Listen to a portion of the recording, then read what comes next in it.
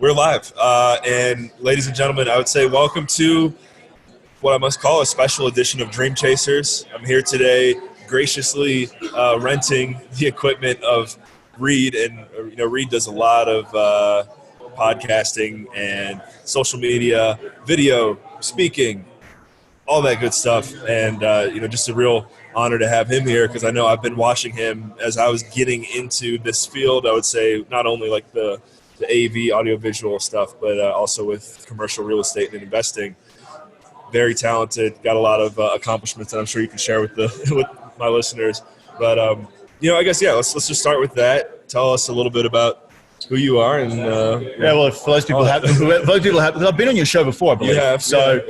Just go back and look at that, listen to that episode. No, originally from Australia, moved to the United States in 2012 to pursue a career in structural engineering and to chase a girl, and realised how awesome the barriers to entry here in this market were compared to my home market of Australia. Started investing and buying triplexes and duplexes for $40,000, and figured out that there was an incredible opportunity to make cash flow here. And over the last 7 or 8 years, I've become financially free through investing in large-scale multifamily projects. I'm now the co-founder of Wildhorn Capital. We have about $250 million under management, and we have 1,800 units in San Antonio and Austin.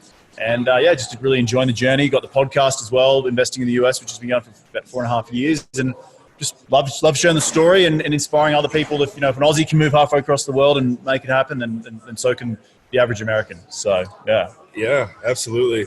And speaking about the financial freedom, achievements, levels of success, it's amazing. But, and I don't even want to use the word but, it's not the right word, but I said it again. You were telling me yesterday how you got to a point where you're pretty satisfied with where you're at, and there's still the desire to grow, but it's like, how do you do that? Because you kind of got like the business aspect under control now. Yep. When we started going down the rabbit hole of, it's actually going into the mind and pulling things out of yourself that maybe you didn't even know existed. And one of the key ways that you've been able to amplify your business heading into 2020 is through increased meditation and that side of things. So, I mean, that's really what I want to talk about today. Let's get into it. And so I think the big thing for me is like all of us, right, when we're trying to achieve financial freedom, the North Star is financial freedom. You're working a full-time job, a W-2, you're trying to make things happen on the side. And that you just grind, you sort of spinning plates, right? And I remember being, working 100-hour weeks, and my relationship with my wife, or my then girlfriend, now wife, my business was a priority over my relationship, which was not good, because I wanted to grind to get through to financial freedom. On a personal note, 2 years ago, my mum unfortunately passed away from cancer, and where I'm sitting today in 2020, I wish I was 2.5 years ago, where I could be there with her more. And I arrived back in Australia 3 days before she passed away. And it's not a sob story. It's more just I have guilt on myself because I have maybe prioritized things over other things. And in her passing, and she supported everything I did, but her passing made me realize that you only live once, right? And being successful doesn't just necessarily mean you've got to be successful in business, but across a couple of other pillars, I would like to say, and that's obviously health, love, relationships, spirituality, if you want to talk about that, and obviously business. And there's 4 or 5 pillars, and having fun probably is the 6th pillar. But I interview a lot of big CEOs and business owners, and their fucking wife hates, excuse my language, their wife hates them, and their kids, they're divorced, and their kids hate them, and they're crappy health, but they're really successful in business. Well, the sort of passing, when you have life-changing moments like that, where you lose a loved one, and you realize, oh crap, our family dynamic's going to change.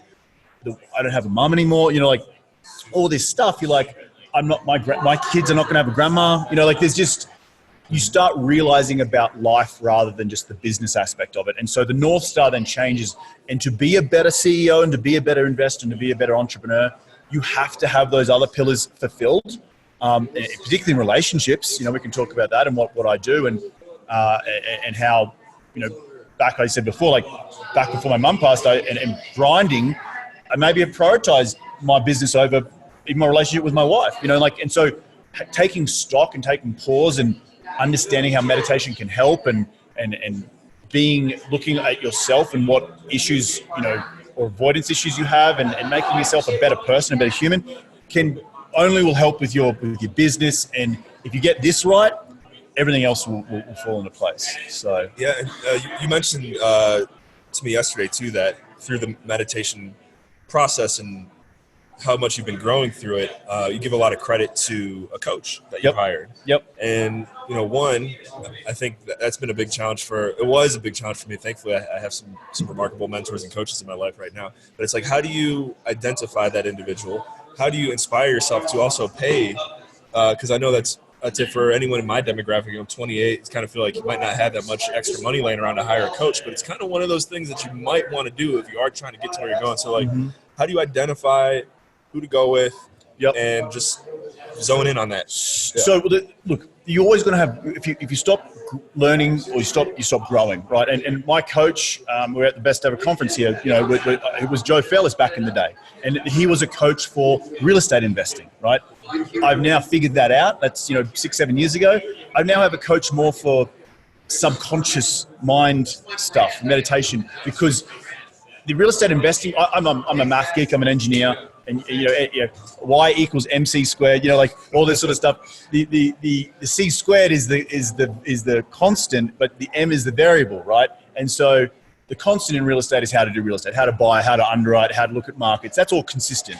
The variable is how I approach it, how my mindset is to coming into running a business. And now the challenges I have of running a $250 million business is different to what the challenges were when I was trying to get out of my W-2 job, right? So there's going to be different coaches for different stages of your life. And when you first start out, you have to understand, well, what are those stages going to be, right? Right now, you're 28. What do you need help with? Like, you got to look at it inside. Is it the constant? I don't know how to figure out how to buy my first deal, or so I might need the constant mentor, which is the nuts and bolts of it. Or have you got to that point where you figured it out, now you want to elevate your business and you're building culture and building trust and building teams and all this sort of stuff to exponentially grow your business. So maybe you need something more with the business coach, the life coach, the subconscious problems that we all get hung up with, right? And the mindset. So going back to your original question of like, how do you choose? You've got to back into what your why is today. And for me, when I chose Joe Fellis back in the day, I think it was his first or second or third student. He was $2,500. Sorry, Joe, if you listened to that, but he's now like 40 or 50 grand today. Right. And I could have paid 40 or 50 grand to someone, but I was frugal with my money. I wanted the ability to pay someone money and really understand that I'm investing in myself, and I give myself permission to part way with whatever the money is. It was $2,500 at the time. You could part way with 10 grand, 20 grand, 30 grand, whatever it is. Investing in a coach is investing in yourself, and you're doubling down and saying, I'm worth it. And so the self-worth piece comes into it. And then you're saying, okay, well, again, I've just parted away with this money. I'd better take myself seriously. So that's what that sort of action does in most things. Right. And I like to just look at the numbers there too. It's probably almost impossible to comprehend the numbers of it. But so that course that you took, for example, was $2,500 at the time. And I know what brought me into this industry. I took a course that I now help facilitate with Hunter that at the time was $1,500, and the price of that has gone up. And if you look at that figure, $1,500 or $2,500, translated into how much you've, I guess, made off of it, it's like a 100x, 1,000x return. Yeah.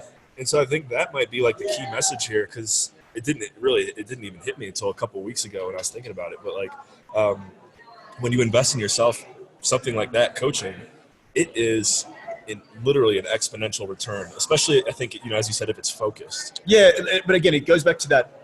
You have to realize that, obviously LeBron James and Kobe, rest in peace, obviously. But all these massive sports stars, they have coaches. They have people around them to support them and to be the best human sports athletes they can be. And we also need in life, life athletes, which is what we're trying to tackle life. We're trying to, build businesses. We're trying to grow as human beings. So having someone who can, maybe it's not your wife or your husband or your family, that can be an objective third party to bounce ideas off, really is powerful. And I think you have to just understand that you're worth it. First and foremost, I'm worth spending this money on a new course because I want to learn. That's really important. And it goes back to what I said before. If you stop learning, you stop growing, right? So all these things come into, like, you have to take a standpoint and back yourself. I think it's what you're backing yourself to go out and learn something new that you didn't know before, and thus you're going to have to pay for it, and thus you're going to have to get a coach, but you're going to only be better, right? The worst case scenario is it didn't work out, but you learn a few things along the way, right? And if it costs $2,000, $3,000, $10,000, it's a small price to pay for now that you know what, even if it failed, what not to look for in a coach in the future. So, right. Yeah. And I'd say, for any of my listeners right now that maybe your message is really resonating with them and they're like, I want Reed to coach me. I mean, is there anything that you're doing on that level? I do. We have a mastermind group. I did coaching a little bit when I first got started for some ancillary income when I was still in a W-2 job, knowing that I had a bit of value to give in my story and sharing my story with other people. But I'm fundamentally at this stage in my life, I don't know if I'm a coach. I'm really in the business of growing my business. So buying multifamily and growing culture. Maybe in a later age, and when I'm in my 40s or 50s, I might go back into coaching. But right now, it's like I have a coach that she actually doesn't. She's a quote-unquote business coach, but she more helps me on the lifestyle stuff. Right? I figured the business stuff out in terms of how to. Now it's about the subconsciousness, the putting strategies in place in order to be a better leader, a better mentor to my staff, a better business partner to Andrew Campbell, a better husband to my wife, a better brother to my sister, a better son to my dad. Like all these things need that help so you can rock up and show up in life 110%. Yeah. So, all right. So last question for you here, and we'll wrap it up because I got to get back over to my booth. We're promoting this book, and I'm sure you guys have heard and seen me talk about it plenty. But Raising Capital for Real Estate, the playbook for raising capital in commercial real estate for the next 10 to 15 years, written by Hunter Thompson. Again, I wouldn't know Reed if it wasn't for Hunter. And also I have to say, just for getting to know Hunter, there's been a lot of influence, leadership. But when I say leadership, it's like kind of like Reed paving the way. You did a few things that you've done things that Hunter adopted, basically. Is what I'm getting at. But Hunter, in his own right, and to yourself, you need the people in your, like we just started for your audience. Hunter and I started, was it 2.5 years ago or 3 years ago? It was a monthly call, and all it was accountability call. We didn't pay each other any money. It was just like, hey man, you're cool. You live in LA. I'm cool. Let's get on a call. And hey, this is what I'm thinking about doing. Like, what do you reckon? Even like that is a form of a mentorship. That's a form of someone to keep you accountable. It's not so. I didn't actually. It was free, but you can find people out in your life who you resonate with, and you on the same wavelength, and maybe just say, hey, do you want to have an accountability call once a month? And it can be some months we miss it because we're traveling, but it's blossomed into a really awesome friendship, and it just started with an idea just to bounce ideas off one another. And so Hunter's gone on to do some incredible things. I was sponsoring at his event, the Intelligent Real Estate Investment Conference in LA, which was awesome. And but at the end of the day, it gave him permission to do stuff that he saw other people doing, and I've only done the same thing, seeing other people doing that. So Joe, I took lessons out of Joe's book and Frank's book, and I did my own stuff, and Hunter probably looked at me, and maybe Jeremy Roll, and you're going to look at Hunter. And so it's all about passing the buck on and taking on these different viewpoints, and as a person internalizing it, and then going out and actually taking action on it. Because that's, I think, the biggest part. You can talk about this on a podcast for as long as we freaking until the cows come home, but unless you take action, nothing's going to happen. Exactly. So, Yes, don't forget that, guys. Take action. That's actually probably 90% even more valuable than, it's all really good stuff. So last question too, Reed, because it seems I can just tell that this new coach that you have is making a huge impact in everything that you're doing. What are just one or two takeaways or secrets that you feel like you've learned that you can share with us that we can apply to our life? Understanding. So for me, it's and maybe like a practice. Yeah, practice. Yeah, that's what. Okay. So. One thing for me is with all the technology, I've got my calendar, and if it's not on my calendar, it doesn't exist. But I just have a very simple, it's actually holding up the microphone right now, notebook. And what I do is I get a little bit of Sunday anxiety, every week. So I sit down every single week, Sunday night, and I write out essentially my to-do list for the week, right?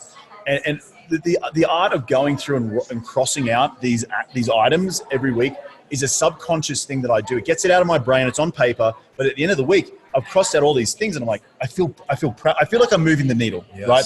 And as we grind and we're so entrenched in our businesses, we sometimes forget to have these little wins. And just the simple act of me crossing it out is a win for me. Now, you might have an online app that you do that you can cross out or whatever, but making sure you're writing it down, taking it out of your mind, and putting on paper. Another practice I do is turn your phone off and don't look at it till 7 or 8:30 in the morning, and practice deep breathing. Like focus on deep breathing exercises. I've got something that works for me, and I have some mantras that I say every morning, and that has helped a lot. It's meditation, being still. Also trying to catch yourself throughout the day before I jump on a podcast or before I jump on a phone call, closing my eyes, 3 deep breaths in, 3 deep breaths out, recenter, and then you can focus. So thank you. Those are great practices.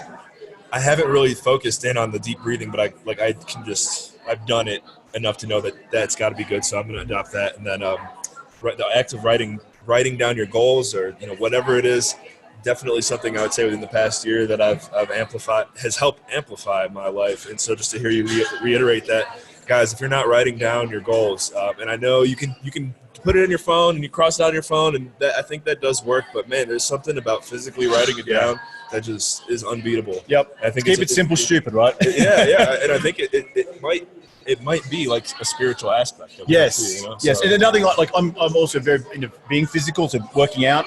So going and working out it's a sort of an anchor to my day. If I don't do it for a couple of days, I feel a little stir crazy. But it helps me. I don't go to the gym with headphones on or anything. I just go and just be there without the phone, and just work out, because it helps me anchor my day. Do it in the morning. The rest of the day is like it's ticked the box for the day, and I can get on with my day from there on. So right on. Yeah. Cool. Awesome, man. Hey, well, Reed, thank you for investing your time with us. Speaking of the word investing, that's part of the name of Reed's show, Investing in the U.S. Guys, go check that show out. A lot of just continued value there for sure. Thank you for your time. Awesome, brother. Thanks a lot. Yep. And cheers. Guys, remember, in all you think, say, and do, take it to the next level. So, yeah.